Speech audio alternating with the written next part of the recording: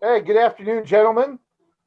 Ready for another edition of the Pinning Combination Podcast. Wyatt, Dick, thanks for being a part of it as always. And uh, at this time we'd really probably break down Iowa's last competition. Two big wins against Purdue and Ohio State, but that seems to be kind of the backstory and uh, probably the most notable thing this week. Iowa shut down due to COVID protocol and no in person activities. So, no practice, no competition for top ranked Iowa until further notice. No time frame uh, given. What do you guys take away from that news that came down Monday night?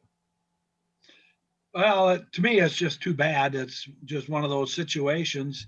But at the same time, I think it's if it's going to happen, I'm glad it's happening now versus in a couple of weeks. So maybe they can get this taken care of now. Yeah, it's not like it's new. I mean, there's schools within the Big Ten that have had to do this. Obviously, Michigan, so those are your top two schools right now, at least wrestling wise in the school or in the conference. The ARC has had to deal with that in Division III, and I'm sure there's other schools around the country that are doing that. We just evidently found one in the Big 12 today. So Yeah, and actually, the three top schools. I think Penn State had a situation in January where they're shut down for weeks. Obviously, Michigan, it was the entire athletic department. Um, they're still out for basketball and everything else.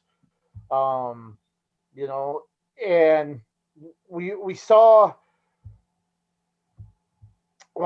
just kind of first it was Marinelli who wasn't in the lineup because of uh, the COVID-19 protocols. Then it was Caleb Young, who apparently it sounds like tested positive on the trip to Purdue or while he was at Purdue. Um, and then, after actually it was Marinelli, then Tom Brands, uh, and then Caleb Young um, during the trip, and then these are things that just like small little things that kind of led to this. Um, Maybe it was inevitable after those first couple positive tests. so so this is news to me. So you're saying that while they were on their trip, they do a test. They do a test when They they get to must. school. I'm pretty sure that visiting teams in the Big Ten protocol, I think, or at least Iowa's protocol, I think it's like once every 48 hours.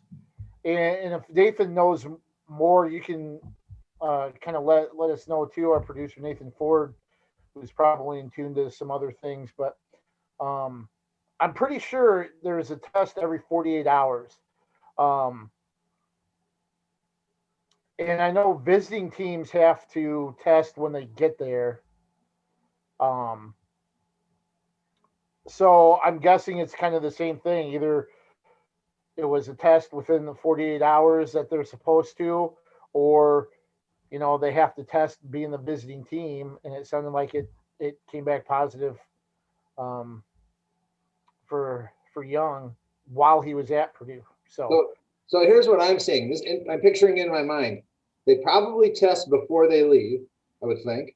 And then, so here's these kids that they have to test before they leave, when they get to wherever they're going to immediately. So within, and then once, so he tests positive. How does he get home? Does he ride the bus home? Do they have a separate COVID vehicle, COVID cab or yeah, whatever? I don't know. And I know depending on some road trips, there's a van that takes equipment and stuff like that, um, along with the bus. Um, depending on the trips, they could have a separate van or vehicle for him to ride, and if not, maybe they just clear out. You know, Everyone sit up front. Yeah. Young, you're in the back. Yeah. Well, that could be. Um, yeah, but I'm not exactly sure how that works. But it certainly is a dilemma and one you wouldn't Jeez, even have to think of before this year, you know. Um, what a mess. so the thing now, I mean, Wyatt, you mentioned, uh, hey, we're not. You'd rather have it now than later. Is it concerning that there isn't a return date? That was one thing that kind of struck me as odd. Jr. Ogden, I had exchanged messages with Jr. He didn't seem to think it was out of the ordinary, but it just seemed one. It could be, hey, maybe it's just a week. Maybe they just decide, hey, we're going to shut everything down, see where everybody's at in 6 days. If everybody's good, we'll start up, and you don't have to wait 10 to 14 or 17 days, whatever the conference protocol is. Um, or is it something more concerning that, hey, there isn't, okay, 17 days is enough. This could extend further than that because I'm not sure on the timeline with Michigan, but they haven't started up yet. Yeah, I don't know what the protocol is myself, but my thinking is at 2 weeks or 12 days would be plenty of time to go through everybody involved. And even if they're exposed in that time, but I don't know what the Iowa's protocol is. I'm not real sure of the Big Tens, and like you say, Michigan, if they're down for an extended period of time, who knows what Iowa will bring in store, because what's the Big Ten's a month away now. I guess that's 4 weeks, so that's plenty of time to at least get prepared for that. Yeah. Well, and also if he's riding the bus or whatever however they traveled, I'm guessing bus or vans or whatever. So he's obviously exposed other people that were in the bus and the van. So you kind of have to wait for that time period to pass before they can test positive if they're going to, or negative. And so that's why they're probably prolonging it, I'm hoping. and I'm hoping it's not a Michigan situation where they have that variant that they're being very cautious with. So. Right. And the one thing that I just want to go back to find the original press release and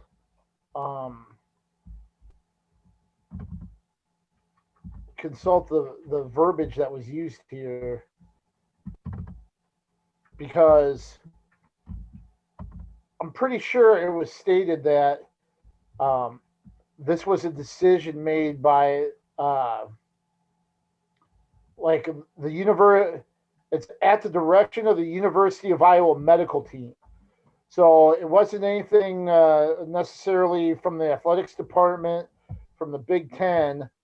I'm guessing this was a suggested move from the medical team to maybe get out in front of something more than anything else. Good. Yeah, it would almost make sense if that was the case to basically stop it before it gets going. Yeah. So it wasn't anything with the state Department of Public Health, which I think Michigan's was. So maybe that's a little bit different, given maybe they're just trying to be more proactive than anything. I know it sounds like Tom Brands was asymptomatic. He was going to have to miss the trip to Penn State. Obviously, Penn State's canceled.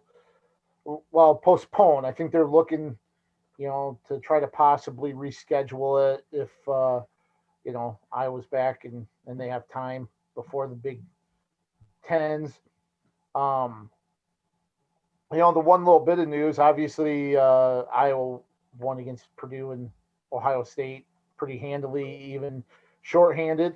But Tony Cassiope shared Big Ten Wrestler of the Week honors. he had 2 falls in that double duel on Sunday. He shared it with Sammy Sasso from Ohio State, who had a big pin over Max Murin in that duel. But yeah, I guess it's just have to keep an eye out on how things progress there in Iowa City, and hopefully they bounce back sooner than later. Yeah, let's hope, because those would have been, on a regular year, those would have been a couple of great duels, and at least my feeling, you would have got to see where all 3 schools were sitting, where they fared. Yeah, and with COVID, at every level, you kind of, I don't want to say limp along, but you kind of make your adjustments and do what needs to be done to be able to get to the finish line. And, that's what's really important here. So, yeah, we might have missed a good duel, but it's that the Big Ten's a national tournament and other qualifying tournaments. So that's where, that's the finish line. So they've got to do. Now, one other note in that Purdue meet was, had Battle of Iowa kids with Max Brands at 184. I thought it might be worth mentioning. That was an interesting outcome with Lion beating Brands 6-1, and so nice win. Interesting for Lion.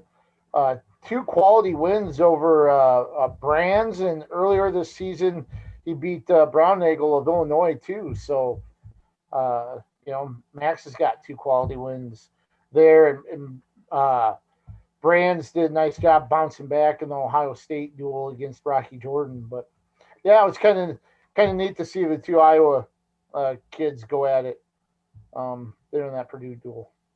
Yeah, and of course they've never met in high school, because I think Max was a little heavier at that time, where Nelson has grown into 84.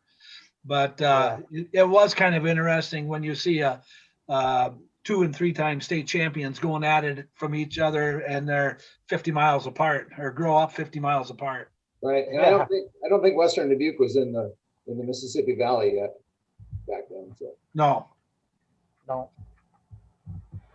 So, and of course, Dick, you kind of alluded to it a little bit as well. Iowa's not the only program to deal with COVID protocols right now and shutdowns. Some of that news kind of altered this weekend's competition in Cedar Falls, where a Big 12 team isn't going to make the trip for that. Was supposed to be a 4-team kind of extravaganza with Cedar Falls, Iowa State, Arizona State, and Northern Colorado. Right, in Northern Colorado, it looks like today it was announced that they have COVID issues and they're shutting down. Did they shut down completely, or are they just the wrestling? Was it all? I think it was just wrestling, wasn't it? I think it's just wrestling. Right, and then an interesting note is Arizona State was supposed to wrestle earlier this year, but they had to shut down. I believe that is the case, right? They were coming to Ames earlier this year, and so now this is so 2 of the 4 programs have had issues this year. Yeah, and now they're getting a chance to come back. So Saturday up at Cedar Falls, we'll have some fun duels, I think. Arizona State and Iowa State will kick things off at 11. And then UNI, Arizona State at 1:30. And then 3:30, you'll have the Big 12 matchup between Iowa State and UNI. What do you guys think about those 3 duels? Well, let me start with this, because there are some interesting things that happened with the results up in North Dakota, was it, that they wrestled anyway? One of the Dakotas. But the note was that Iowa State had the 3 kids back in the lineup, at least in one of the meets, that being Jarrett Dagan at 49, Sam Colbray at 84, and Marcus Coleman at 97. So, right. And Dagan went 2-0, Colbray 1-0, and Coleman split. And his loss was to, and he guesses, Yeah, Tanner Sloan, and actually pretty tight match, 7-3. I mean, not, reasonably tight match anyway. So that was interesting to note that. So, what do I think? It's going to be interesting to watch that Iowa State UNI meet, because they're both, Iowa State has a little bit more experience maybe now with those three back in the lineup, but UNI, man, they're really showing some improvement in battling this year. It's going to be fun. Yeah, I think they're like you said, Dick. They're improving all the time. I think you're starting off with Teskey right off the bat. And we knew or kind of knew what he was capable of, but wasn't real sure. But he's showing where he can start off the duels, and then you have the other 3 Fort Dodge kids, and I think they may not be winning, but they're improving all the time. You got Keekerson or Parker, whatever his last name is. He is a blast to watch. Yeah, Kyson, I believe. Yeah, Kikerson or whatever. Yeah, I think there's some really fun matchups in that Iowa State UNI duel. When you look at 133, Biscaglia and probably Redding, there, at 174 you got Runyon and Broderson. 84, Colbray's in there, Colbray and Peck Eisen, and then heavyweight Isley and Gremmel. Very well could come down to that match, and whoever comes out on top in that duel or in that match. That wouldn't be the first time that duel has came down to those two wrestlers. Right. Was it 2 years ago in Cedar Falls that it did? Right. Yeah. In the West Gym, right? Right. Yeah. Isley got Grumwell on that one, so interesting. So I'm just trying to see here. I'm assuming this is going to be in the West or in the McLeod Center. I just want to double check because I know they did say they're gonna have. I thought they shifted it over to Ames. Was that? Yeah, they're in Ames. I think they're doing it they shifted it over to Ames and they're doing it in the. Oh, okay. In the arena. All right. Sorry, my bad, my mistake. I think it was originally scheduled for. Is that right? Was it originally scheduled, or was that last weekend, for UNI, and they changed it? Anyway, no, it wouldn't be last. Yeah, weekend. but I think it is it's at Iowa State this year. Yeah, it is. It is at Ames. So that's my bad. I got that. I don't know. I just screwed that up. So I think it was originally scheduled for UNI, KJ. So and then bumped over to Ames. So okay, I remember right. All right. Well, it's easy for yeah. I mean, this it should be a fun duel. There. Do you guys have any predictions or anything like that? I did note also that Keegan Moore's, we knew he was up at 97, but he had a nice win at Northern Illinois, which I don't think they've had much success at 97 yet this year. So that was nice to see UNI,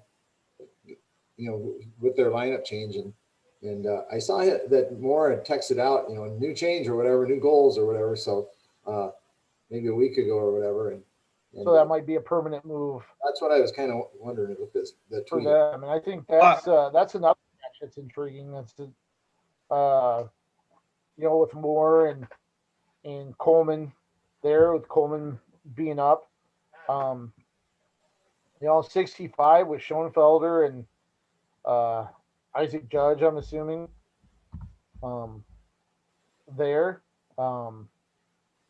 So gosh, you could go up and Yeah. there really are toss-ups all the way up and down the lineup, pretty much. I agree. Depending on who Iowa State has in the lineup, and for that matter, UNI. Right. And so it's intriguing.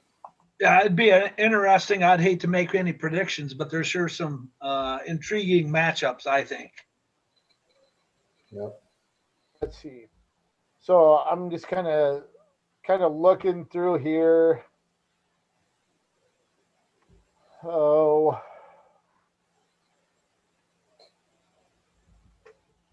4, 6. Let's say 12, 6, 12, 9, 15, 9. Well, Dick, or I'm going Kate, to say 18, 15 UNI. Wow. Okay. all right. As I was going to say, KJ, while you were looking that up, and as long as Dick's an official, maybe he could explain that point team deduction over there in Northern Illinois. I can, sort of. As I understand it, UNI was deducted a team point for Coach Swab wearing a hoodie, sweatshirt, or whatever, and that was the issue. Well, it was team. It was deducted a team point, but he since has appealed it and had the point taken or given back, I guess. Right. So, as I understand it, as that is a team issued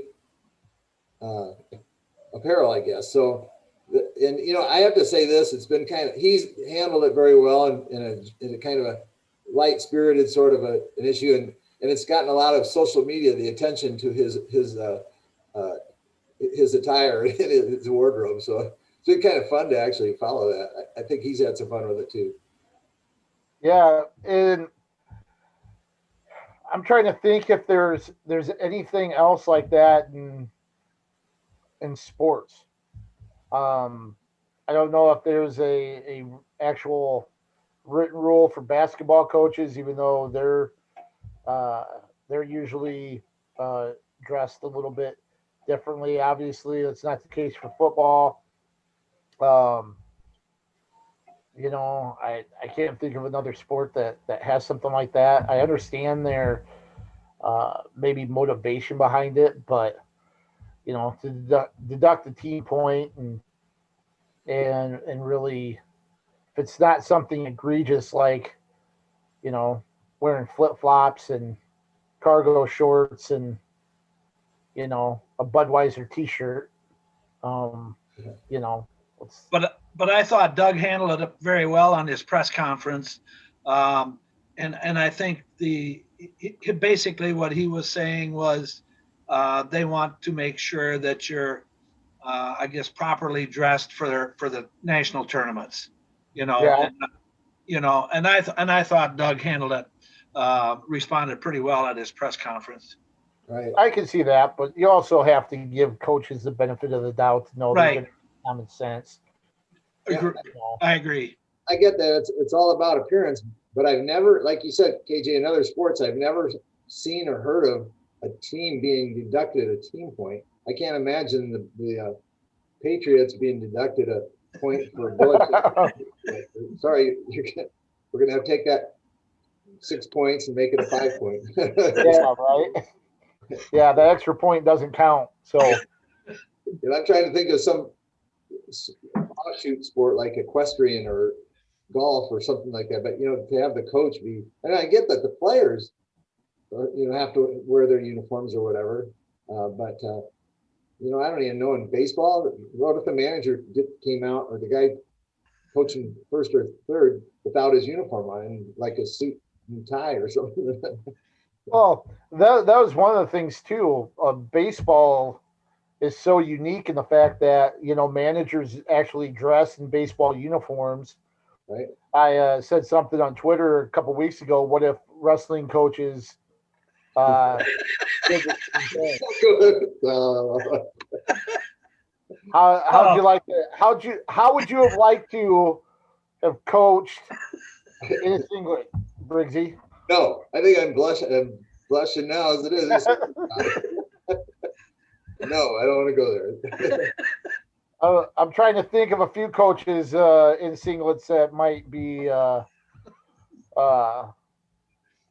let's just say probably not a real good sight. There are a few of them, but Oh, KJ.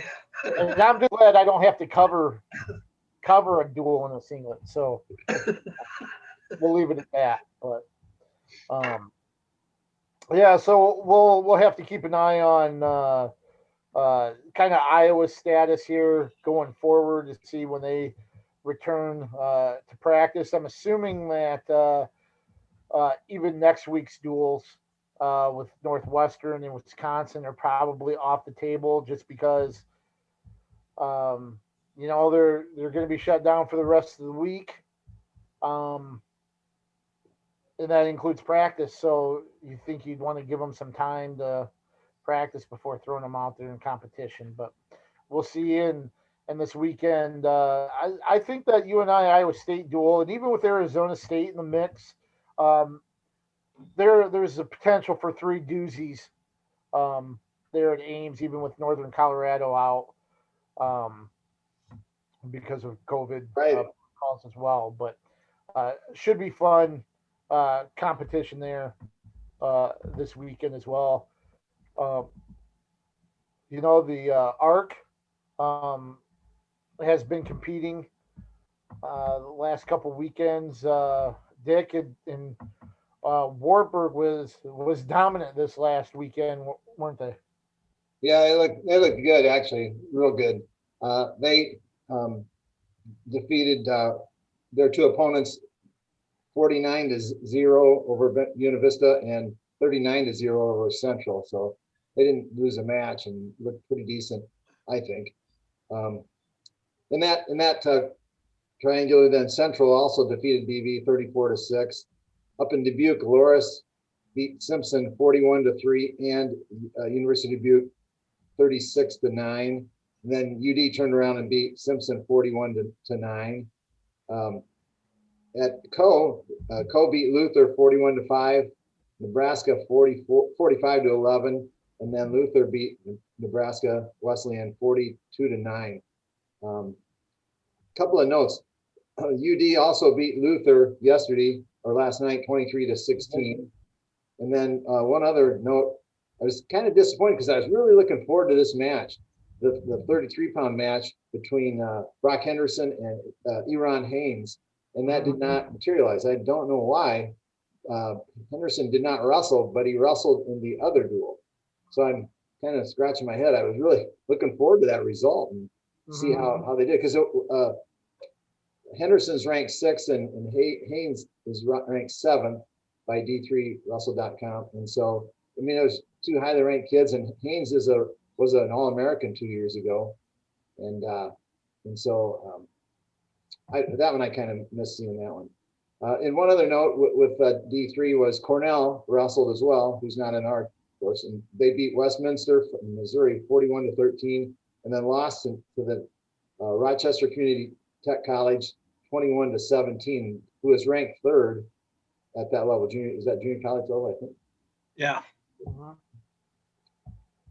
And of course, the biggest news concerning D3, and I think it was announced after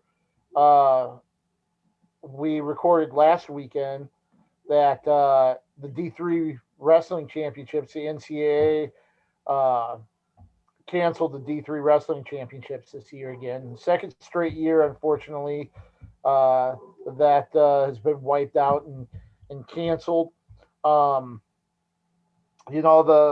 We talked about it before, the participation threshold for wrestling at 70%. And I guess we need to note first off, it's all winter championships, not just wrestling. That's wiped out again. But wrestling had the highest percentage of all those winter sports as far as participation at 61%, but they were at a 70% threshold.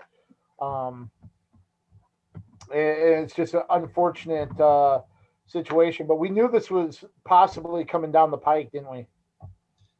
It was a possibility. Yep. And the thing is, like I had brought up, after 2 years of kids, I guess I don't want to say just practicing for 2 years and then not having that final ending has got to be, it's almost like ripping your heart out with some of these. And I'm sure there's going to be a lot of them that are going to finally just say, to heck with this and get on with life and just basically quit. Well, obviously, because, Division III, you don't get any scholarship or financial aid. And, most Division III schools are private and very, very expensive. And so, it's disappointing on so many fronts. And by the way, I have a message for the NCAA, and this is a personal message. You can't see it, NCAA, it's right here. And I was going to say, we might have to blur something out here. Nathan, be ready. Nathan, be ready. Right here.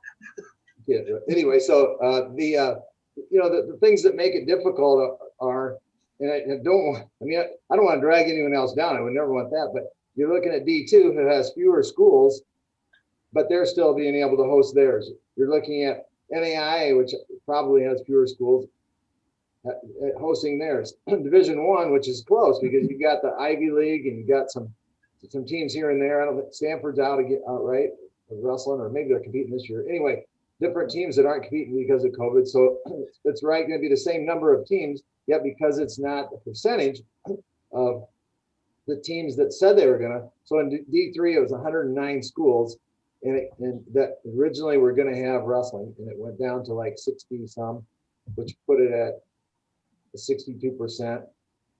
My numbers might be off on how many were participating, but basically you get that. So the other thing that's frustrating is that threshold is 70% for wrestling, but of the 9 sports that were canceled, that 6 of them was 60% threshold. So if wrestling and ice hockey, well, if wrestling was at 60%, we wouldn't be having this discussion. They'd be wrestling the tournament. So, as a parent of a wrestler that's got screwed the last 2 years, it's maddening. I wasn't sad this year. I went straight to mad. So anyway. Yep. And talking to Kyle, he had kind of the same reaction. I tried to reach out to some other wrestlers and they weren't interested in, they just, it stung too much that they didn't feel like talking when it was originally announced, and that's understandable. Here are 2 things that that get me. They were only like 9 short, and obviously wrestling was higher than any of the other sports. With such a special situation and special circumstances that's occurred over the last 12 months, I can't believe there wouldn't be some sort of loosening on that type of criteria. So why wouldn't you take a stock of what's going on right now and lower that percentage, especially when it's so close? Second of all, how many times are 61% of the schools participating ever represented at the national tournament? I guarantee you there aren't 67 teams at the national tournament every year. Right. That's a good point. So you're asking 67 programs to be active and to compete to where they're eligible for postseason competition when that number isn't represented at the national tournament, just because there plenty of teams don't have qualifiers. And I just think it was unreasonable and obviously disappointing. Now, the other news on the backside of that, because of the situation, a lot of people in the wrestling community very unhappy about what went down. USA Wrestling has announced that it's trying to set up an event. So there's some type of end of season tournament for D3 athletes. There's movement from the National Wrestling Coaches Association to have some type of end of season event, even though they're not an official NCAA sanctioned championship tournament. From either of those two organizations, it'll at least be something, kind of throwing them a little bit of a bone. The NWCA said that it would likely be kind of the same weekend that the national championships were supposed to be in March, and that it would be held in Iowa. Um, I'm sure they're looking at places, like Dubuque that was supposed to host the Lower Midwest Regional. I'm hoping Cedar Rapids is in the fray as well, since that was a location that last year had the NCAA tournament ripped from it because of the pandemic, and it's supposed to host next year as well. And then, of course, Extreme Arena down in Coralville, that's looking to add any event that it can. So, Right. what do you guys think of those? A lot to respond to in your comments. First of all, as to why the NCAA would do it, it's a money saving thing. They're trying to save money, the little bit that they would save by not hosting those national tournaments. As far as the nine sports, 2 of them are indoor men's and women's track, which will have an outdoor season. Hopefully they'll have their national tournament then. So they don't really necessarily lose out on a whole lot. I mean, a little bit, but there's another opportunity hopefully for them. As far as the USA Wrestling is concerned, I found a flyer today on the USA Wrestling that someone is putting together in South Dakota, and it to me, honestly, as a parent, it's not sufficient. Here's how it listed: it's open to any college or senior level athlete, all divisions welcome. And so how is that a D3 equivalent? It's not. If you're allowing open athletes and whatever Division II, Division I, that does not become a Division III. It's an open tournament. Yeah, it's just like we said, an open tournament. And there's like a $70 registration, which I know there's going to be a fee for wrestlers to wrestle, but to me, it's just it's their opportunity to. I appreciate that they're given opportunity, but their opportunity to make money, which they need to do. So the best opportunity is the NWCA one that you spoke of, KJ. That's going to be here, hopefully here, in one of those 2 venues, or maybe Davenport, Waterloo, Dubuque, somewhere around here in Iowa, and hopefully it'll be just Division III kids, and the schools will bring their kids to the event and honor it.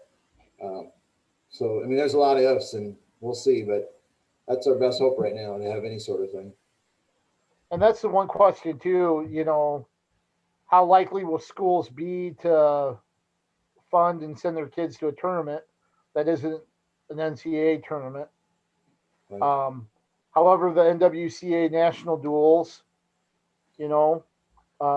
schools participate in that and travel to that. So maybe it would fall along the same lines. So hopefully administrators and athletic departments kind of support their programs in that way, and don't say, well, this isn't an NCAA tournament, so you're on your own going down there. Right. And I think that if I remember hearing right, that the only schools that are allowed to send kids are kids that schools that said they would be competing this year. So like if a school wasn't competing, did I hear that right? So I'd have to look. I trust you. So the 38% or whatever it is that said no, we're not having intercollegiate wrestling this year. I don't think there's kids that are allowed to come, which is sad for those kids. But you know what? They're the administrators that shut the whole thing down. If they would have 9 more schools would have said, yeah, it wouldn't be an issue. And so those Mid-East and Eastern schools that elected to not have, to basically fail their athletes and not allow intercollegiate wrestling or these other sports, basically failed the entire division. So again, frustration. Well, I agree. So we'll have to keep an eye out and see kind of see where the NWCA goes. I know there's D3wrestle.com had a link to where people could donate. I think they estimated it would take 75,000 roughly to be able to hold the event or whatever.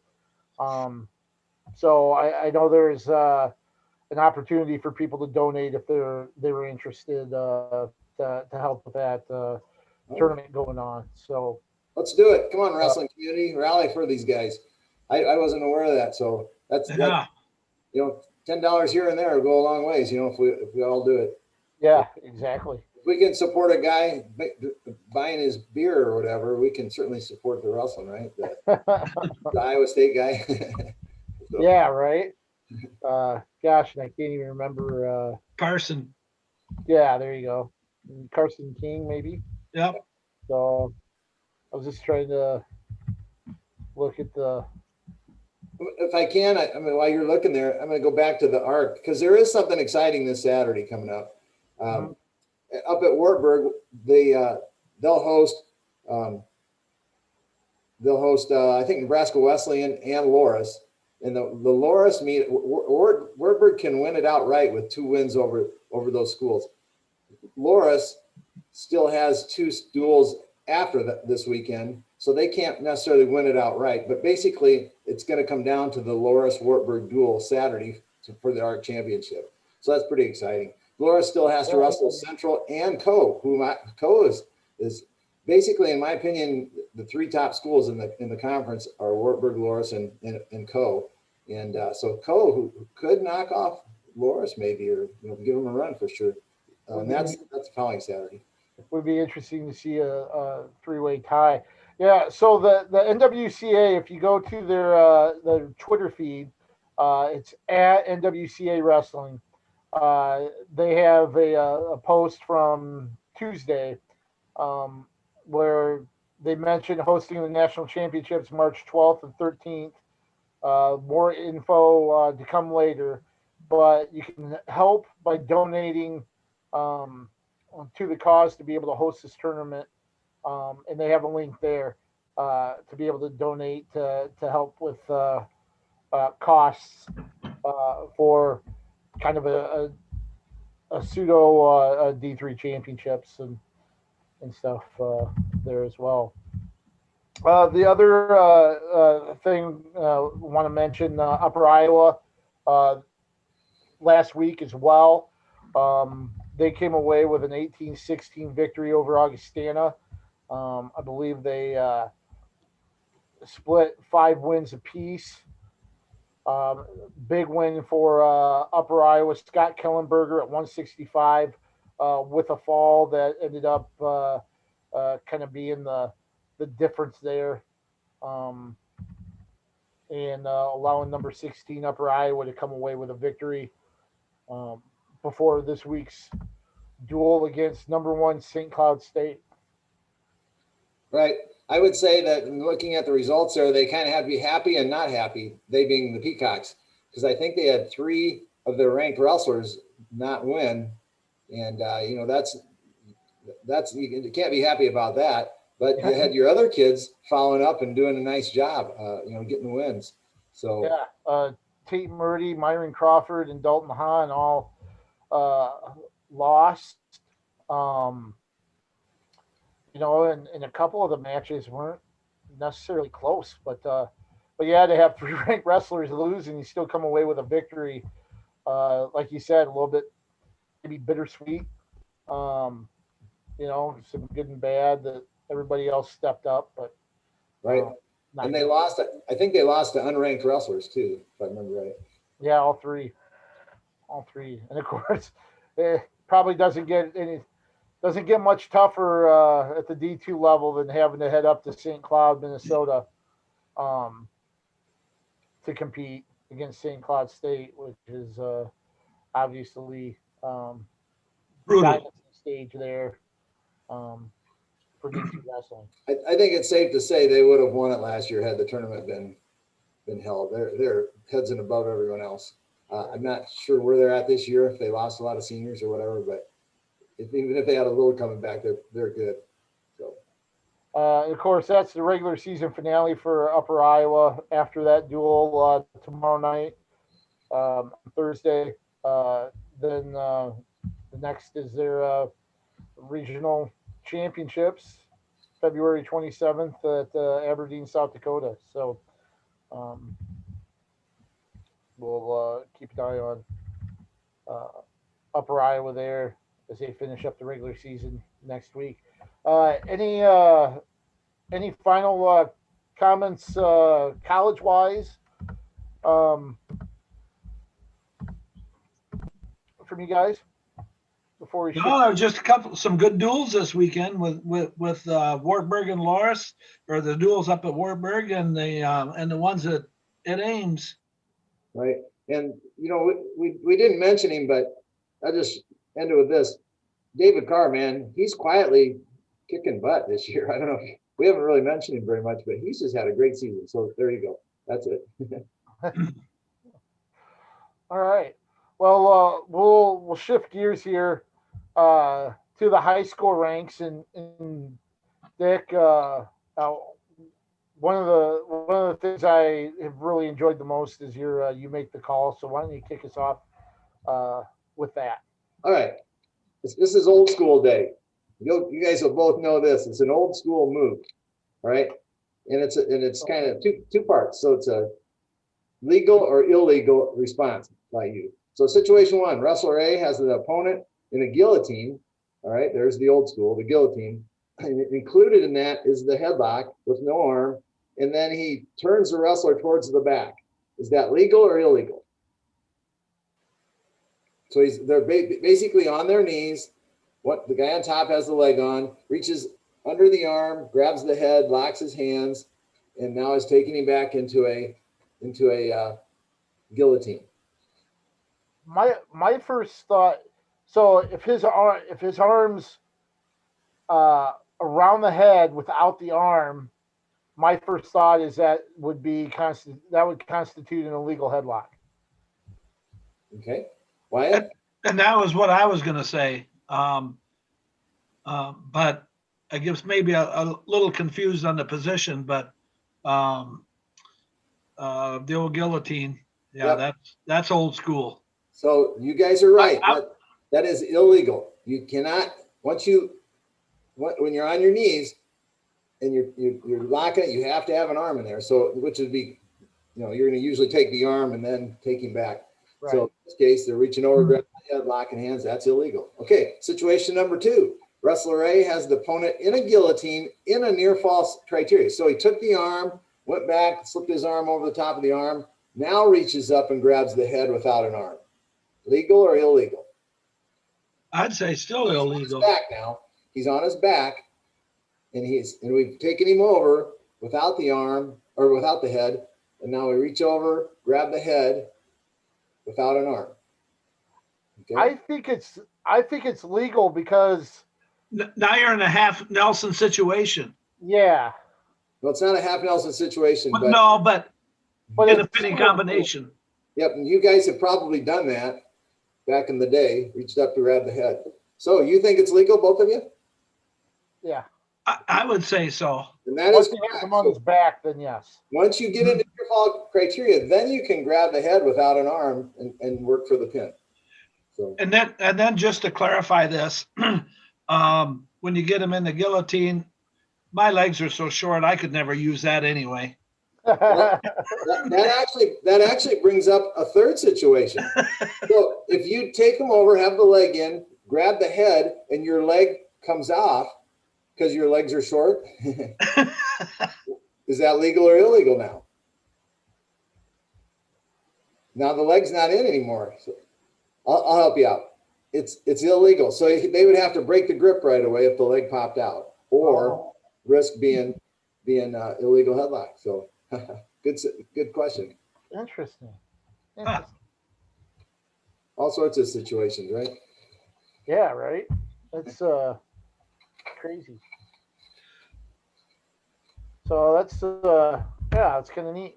So high school, don't see that very often anymore. Not anymore. That's why it's old school. Once in a while you do, but So holy cow, we got directions. We got regional duels. We got results from sectionals last week. We got regional duels tonight for 3A. So where do you want to go? Well, let's just go in order. I was at sectionals this weekend. I don't know if I really saw too much of a surprise there. I know there were some pretty dominant performances, looking in our area. Lisbon got 12 through. I think West Delaware got 13 through in their 2A sectional. Lisbon and 1A, of course. I was at Independence. Mustangs wrestled really, really well at their home sectional tournament. They advanced 10. I want to say they had 8 champs. Right, 8 champs. Up there, if I remember right, 7 or 8 champs. They had a couple matches with ranked wrestlers in the finals and dominated. I'm trying to think. Williamsburg ended up getting second there. They had they had a couple champs. Union had 4, I believe. Adam Aronson, and then a couple of the middleweights there: Lincoln Mailer, Stone Schmitz, Colton Crawford. Also was a runner-up and advanced. Probably the one big win there individually, Caden Grip of Williamsburg beat Jaden Moore of Benton Community. Second time Grip's beaten Moore. The last time it was in sudden victory. This time it was a late takedown, and then Moore tried like one last ditch effort, got caught in his back for 2 swipes. So it ended up being like 4-1 or something, but it was a lot closer than that. 0-0 going into the third. But some real good competition, but Indy looked really good. Yep, I would agree with you. I mean, West Delaware has 10 champs, 3 runners up, 13. Independence 8 champs and 2 runners up, and then Assumption had also qualified 12. They had 7 champs and 5 runner ups, and then Lisbon, of course, they qualified 12 of their 13. They don't have a 113 pounder. So, right. And yet, these teams and the way it matches up for districts, for the local area teams, it matches up pretty well. We don't have West Delaware matching up with Independence, and they're going to their separate districts, so that's a good thing. Yeah, like I've said, I think they did a pretty good job of separating teams this year. That was my opinion. You can't necessarily separate individuals, but you can separate teams, and I thought they did a pretty good job. We went through with the ranked kids at these sectionals or districts, and I think the one of the districts out west had the most ranked in 1A with 23 kids in that district, and that was the highest number total. So I thought they did a great job of separating teams.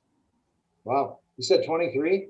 Yeah, that's pretty good, really. I remember that's at the Sioux Rapids district.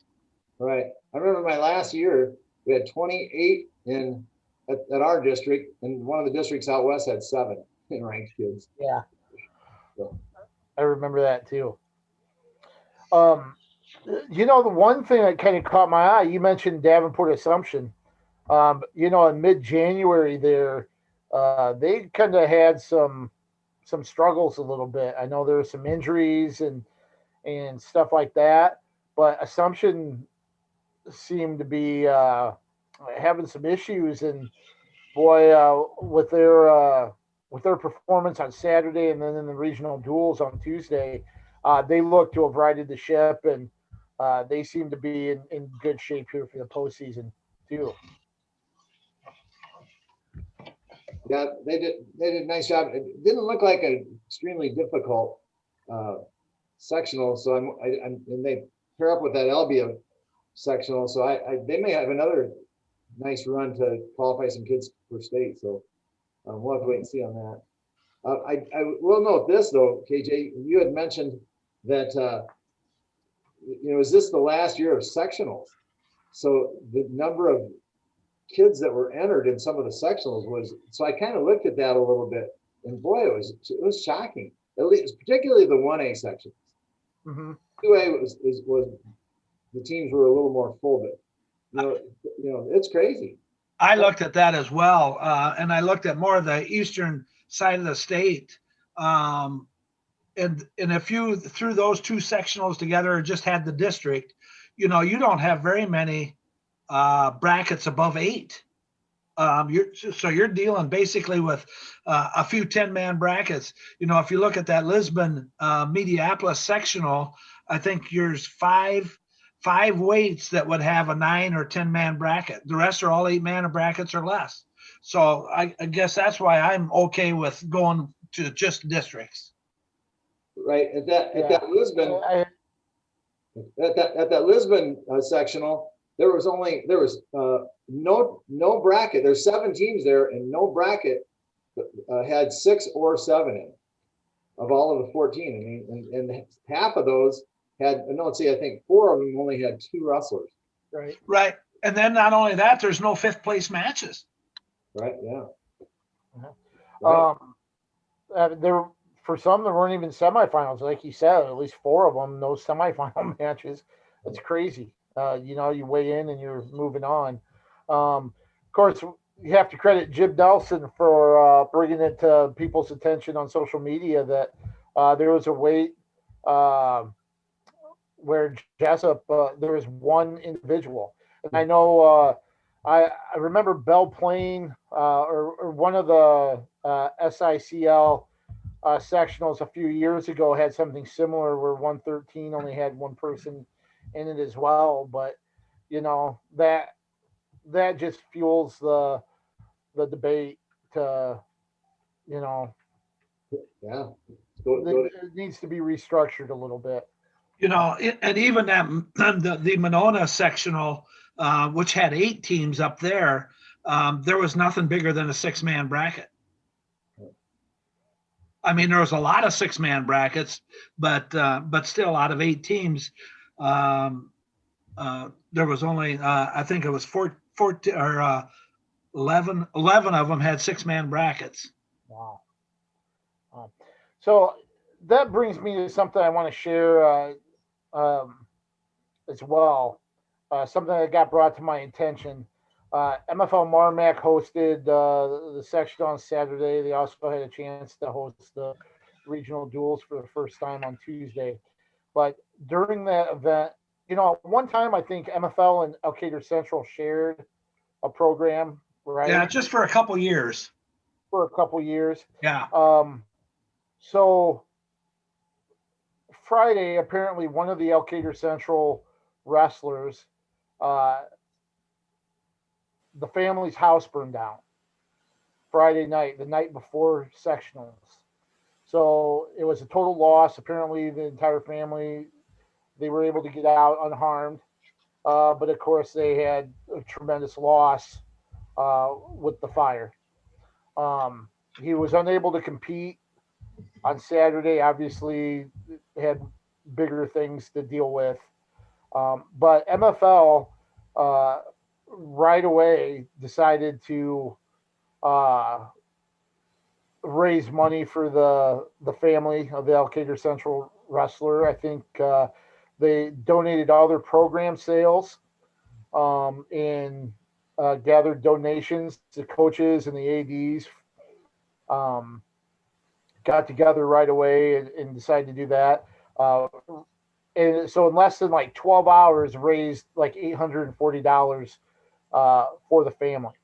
I just thought that was a really neat gesture on their part and a nice effort. Of course, it's no surprise wrestling communities rally around each other better than any other sport, really.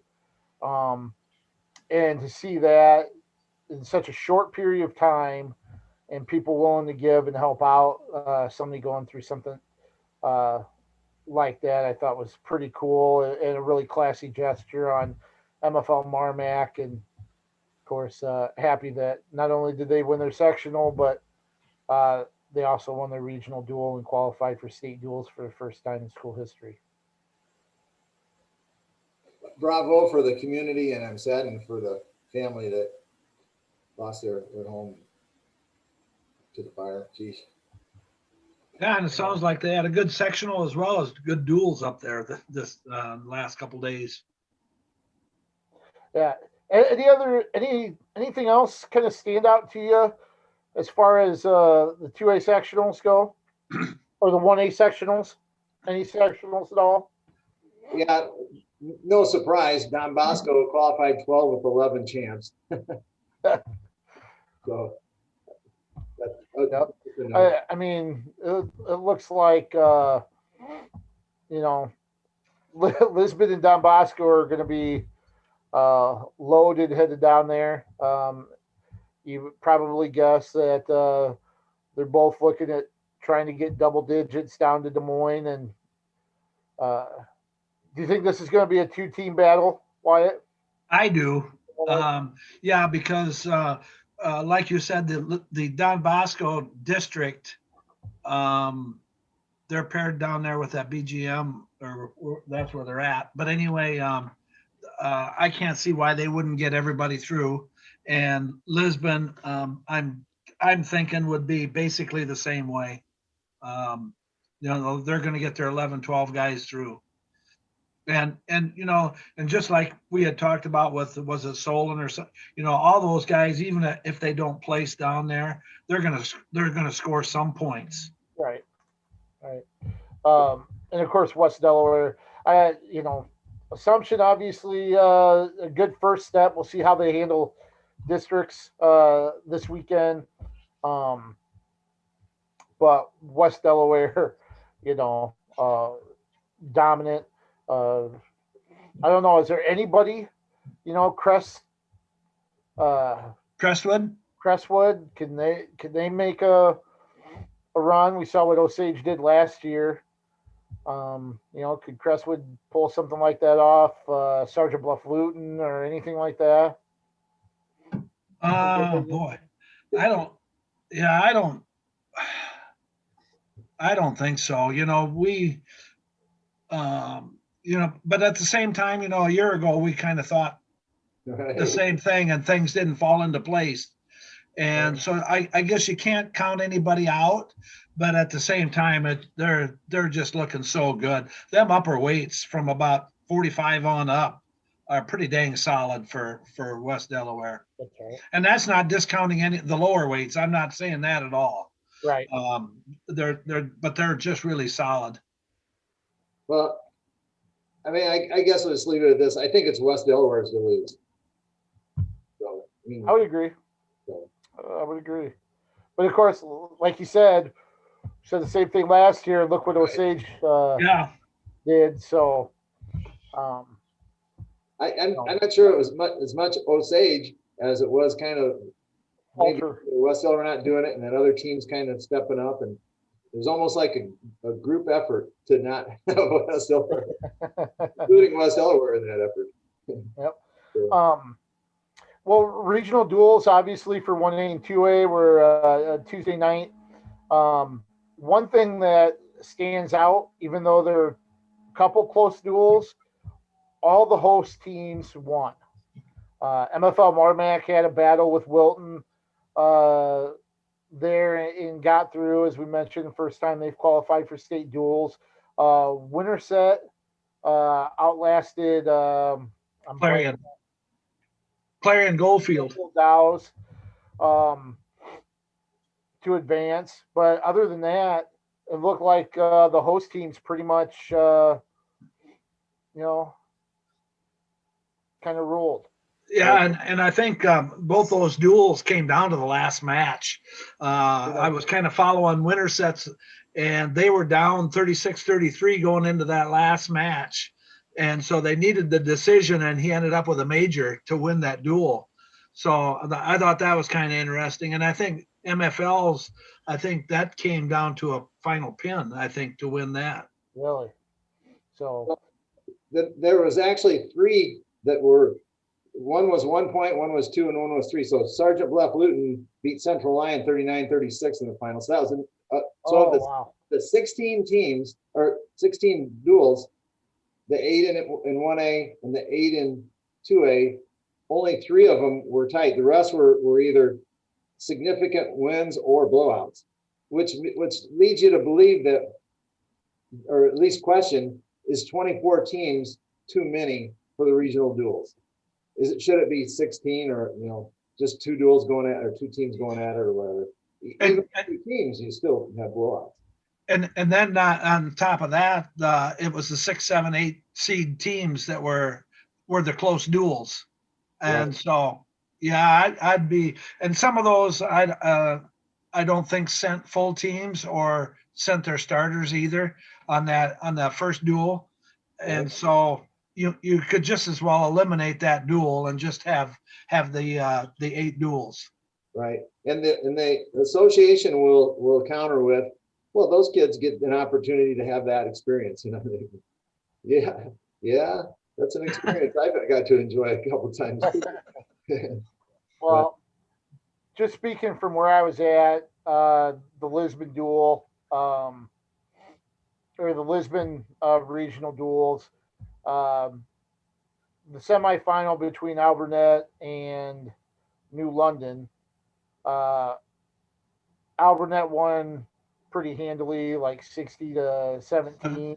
Mhm. They had 3 pins and 7 forfeit wins. So, that was, yeah, that was real. I didn't see the point. Makes Didn't you see the want point at all. to wonder, doesn't it? Yep. So, Lisbon went through and kind of steamrolled Alburnett. But I will say this about Alburnett. They put guys out there. There were a couple forfeits. I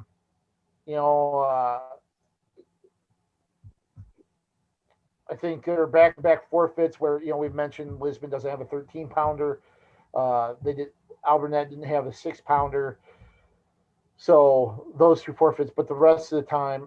And another thing that I'll also mention too, that you might see it from other coaches, and I've got to applaud Clayton Rush. Duel was out of hand. The last match is 145. It was Robert Avila, top-ranked Robert Avila for Lisbon, and Alburnett has ranked wrestler in Carson Klosterman as well. Match was over. The duel was settled. You would see some coaches maybe forfeit and not give Robert Avila a match or whatever. No, he wrestled straight up. Had a couple really good matches between top wrestlers after the duel was already handled. I just thought that was the perfect way to handle it. So I just wanted to tip the cap to Clayton Rush by putting the guys out there, when there wasn't really too much to gain there, but you see people forfeit to top guys like that because they don't want the wrestlers hurt, or it's not worth it. But But Klosterman gained experience. yeah. So, man, that you're hitting a sore subject with me, because that happened in my last year. We had to drive through a storm all the way over to Johnston and Russell Dowling. We were ticked anyway because we thought we should have been hosting. And anyway, so we had to drive clearly in a storm, and then we start at really the wrong spot for us. So our three of our strongest kids are the last 3 weights in Briggs, Rashad, and Culver, and they have us by a point or 2, even if we win those matches. So they don't put anyone on the mat and forfeit the last 3 matches. And I'm thinking, now, first of all, I'm mad because we had to drive 2 hours, and our fans and our families through this storm to have that sort of treatment. if you're not going to wrestle your varsity guys, bring some junior varsity guys and put them in there. I mean, you had to drive across town, or not even across town if you're Dowling, probably live in that district. And so, so that was frustrating. And then, I'm thinking these people now they had to drive all the way across the state, but they paid pretty good money for that ticket, to get in. And then to have that sort of thing happen was very frustrating. So, yeah, I'm totally with you 100%. Nice job, Clayton Rush. Good job. Yep. So, and of course, there, that was one-sided. Lisbon came out and dominated. A lot of pins in the first period.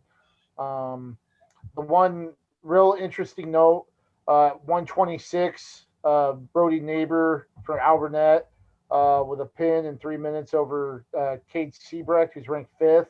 Siebrecht was actually up 7-1 at the time in the second period when Neighbor hit him with a neck wrench and put him on his back and got the fall. That was the one contested match that Alburnett won in the duel. But Lisbon looked really, really good. Their poster says "loaded for Des Moines," and they look like it.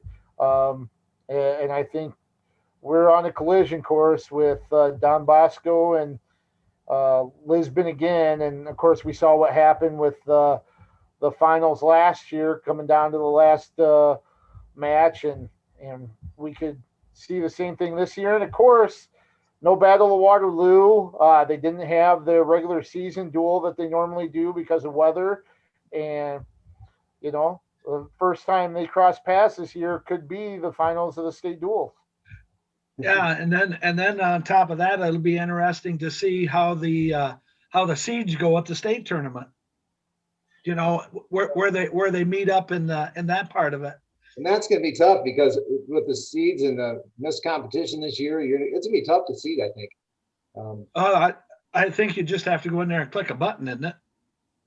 Well, yeah, but if there's no criteria, I mean, yeah, that's true. But we'll see. I think there's with the limited competition. Of course, some of those smaller schools that have not limited a whole lot either. So yeah, other than the big tournaments. Now, quick note on Alburnett. They were up in that Don Bosco sectional. They qualified 7, all in the second. But when you're in the Don Bosco district, that's not. I mean, if you follow Don Bosco into state, now they're on the opposite side. Well, I guess not if they're seeding it, but they can still be on the opposite side. So that's good for Alburnett. Doing a nice job. Yeah, I think they've really kind of taken a little bit of an upswing here in the last season or two. I think they kind of dipped down a little bit, but I think Clayton Rush is kind of getting them back. So right. It's nice to see them. You get 7 through, and hopefully they have a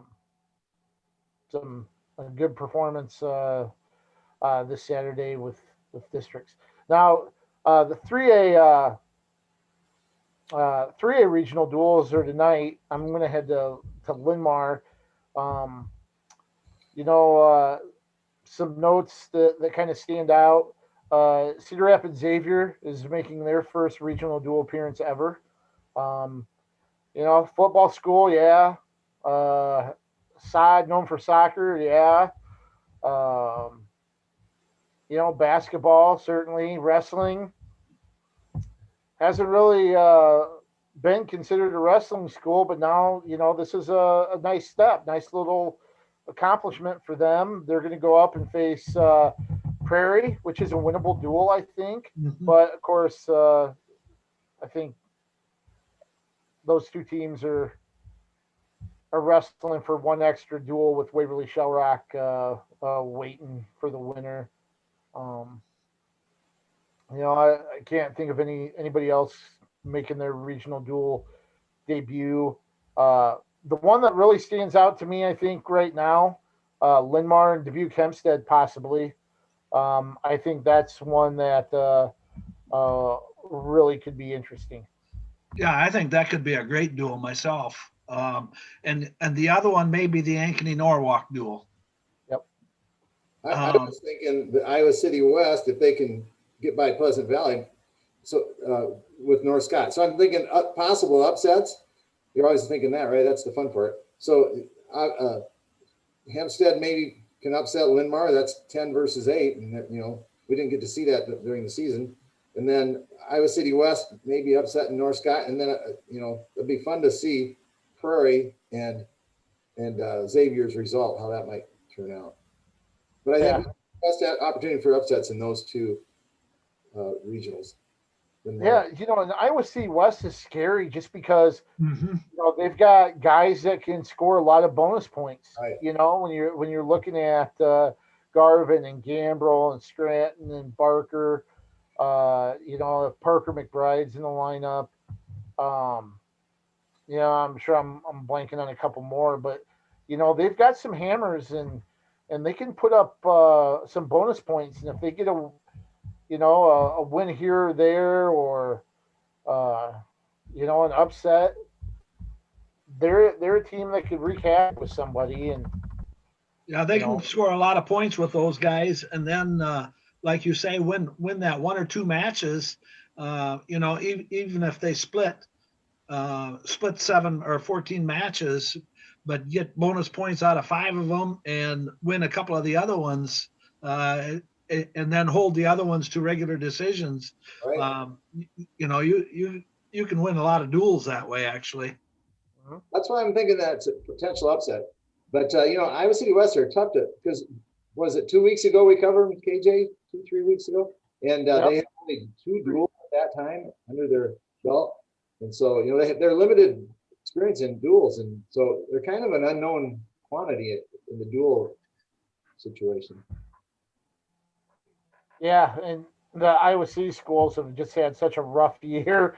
It's really hard to kind of know where they're sitting right now this time of year. So it'll be interesting to see how that plays out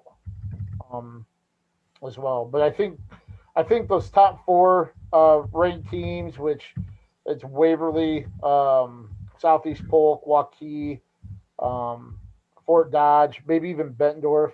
I think those 5 are pretty safe bets to get through. It'll be interesting to see how all of it plays out tonight.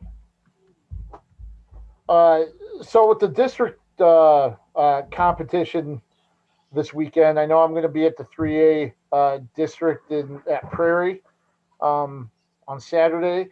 But Wyatt, have you seen kind of the 3A? Do you have the 3A district? I do. Ring wrestlers kind of broken down. I know you did such a great job with 1A and 2A.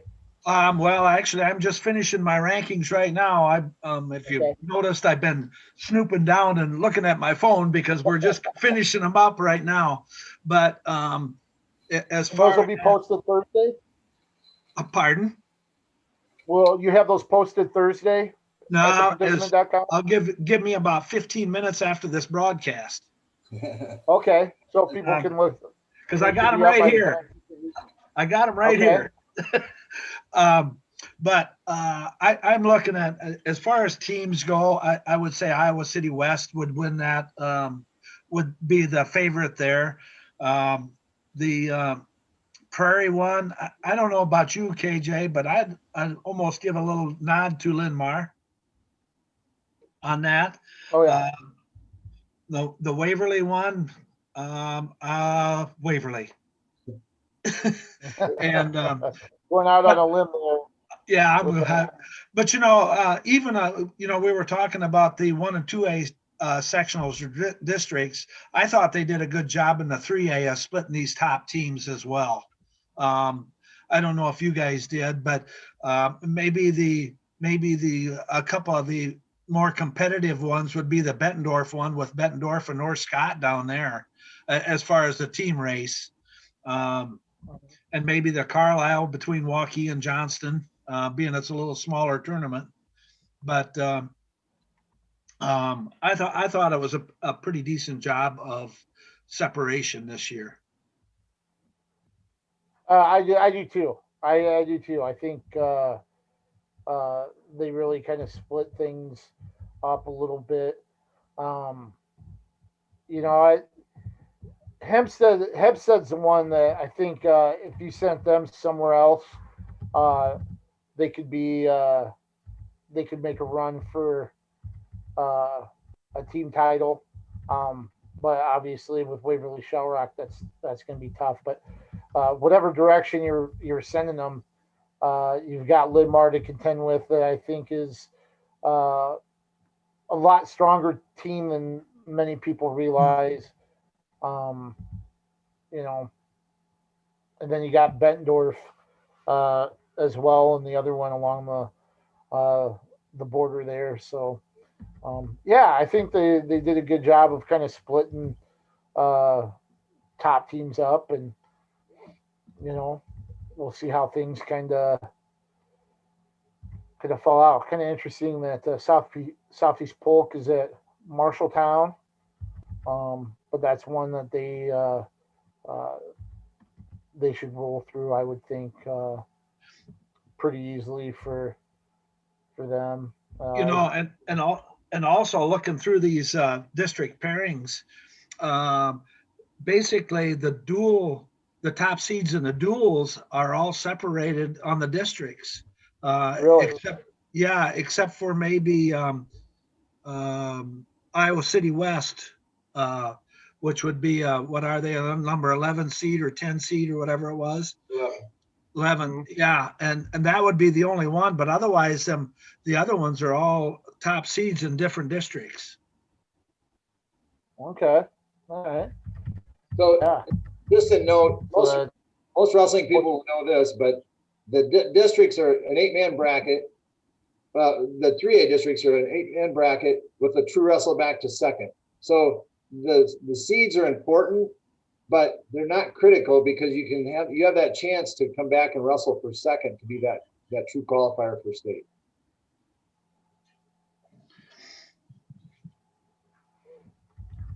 But you do need to win the first round.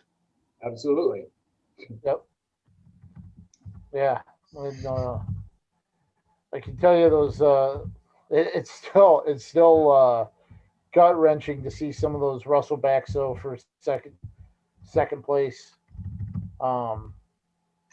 So probably one of the toughest situations in sports, in high school sports. I really think that Russellback.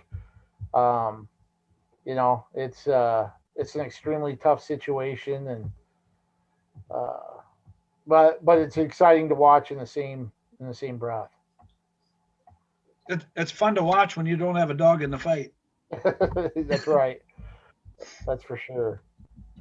So, um, the one thing too, I know, boy, the Hudson Don Bosco district. I think there are 3 ranked wrestlers at one weight there. But you know what? I don't see or haven't really seen, kind of a backlog. We've seen up to 4 ranked wrestlers in the district in the past. I really don't see any big examples of, highly ranked wrestlers possibly, staying home just because you've got this log jam of guys at one district. Oh, believe me, they're there somewhere. It'd be impossible to not have that somewhere. At least with 3 levels, 1, 2, and 3A, there's got to be something. But you're right, it looks pretty good, really.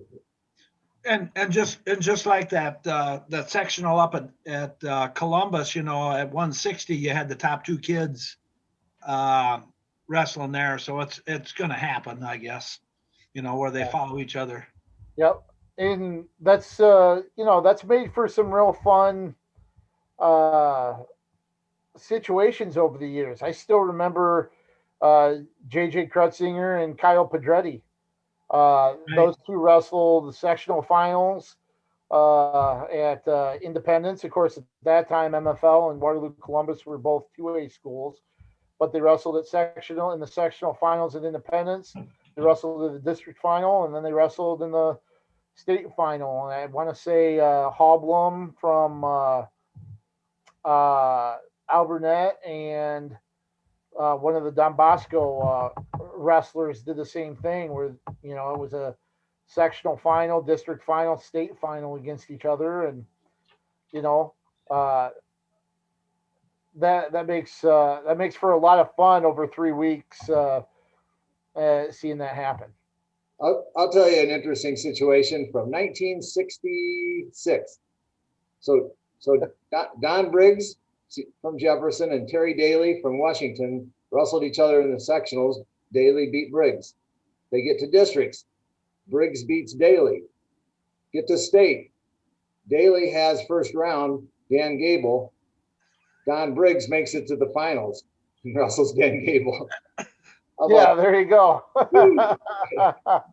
So for the Briggs point of view, it worked out all right. It worked out perfect. And I'm assuming it was kind of the formula thing back then too, where District A champion, District A runner-up versus the other. So if those results would have switched, Don would have had Gable first round instead. Right, yeah. Okay, yeah. So back then they only had 4 medalists, I think, top 4 if I remember right. Wow. And so I'm guessing he didn't even place them, being he got beat in the first round. Right. And Terry Daly, I see him occasionally. He's in town. He's a great guy. So. Interesting. The other one thing, I don't want to get into too deep before we sign off, but thought it was kind of interesting. Governor Reynolds eliminated mask mandates and stuff. However, the Iowa High School Athletic Association sent out a release where they're kind of keeping their guidelines in place, even though the restrictions were lifted. So there's going to be limited attendance. Masks are going to be required. Are you surprised that they didn't maybe open the gates a little bit more for more fans to attend? Or do you think that was the right call to keep with their previous guidelines and limit attendance for this year? I'm not surprised. Whether I think it's right or not is beside the point, I guess, because you're also dealing with the Polk County Health Department. So I'm not surprised. And I guess if I was them, I would probably just keep on doing what they're doing, whether a person agrees with it or not. That's what their protocol has been all year. So I guess maybe go through the state tournament with that in place. And the same with their basketball seasons coming up. Just this past week, maybe even less, a former Jayhawk and a friend just passed away from COVID. He and his daughter and wife got it. They had minor symptoms. He ended up going in and trying to battle it in the hospital and lost. So, it's pretty sensitive to me right now. So absolutely, let's protect. I think it was a good call. I think we just have to make sacrifices right now, and not to mention, I think it would have been extremely hard in the matter of 2 weeks to try to figure out how to allot tickets and right. What you're going to do to kind of open things up. So I think it was a responsible choice. I think it was a good choice by the association.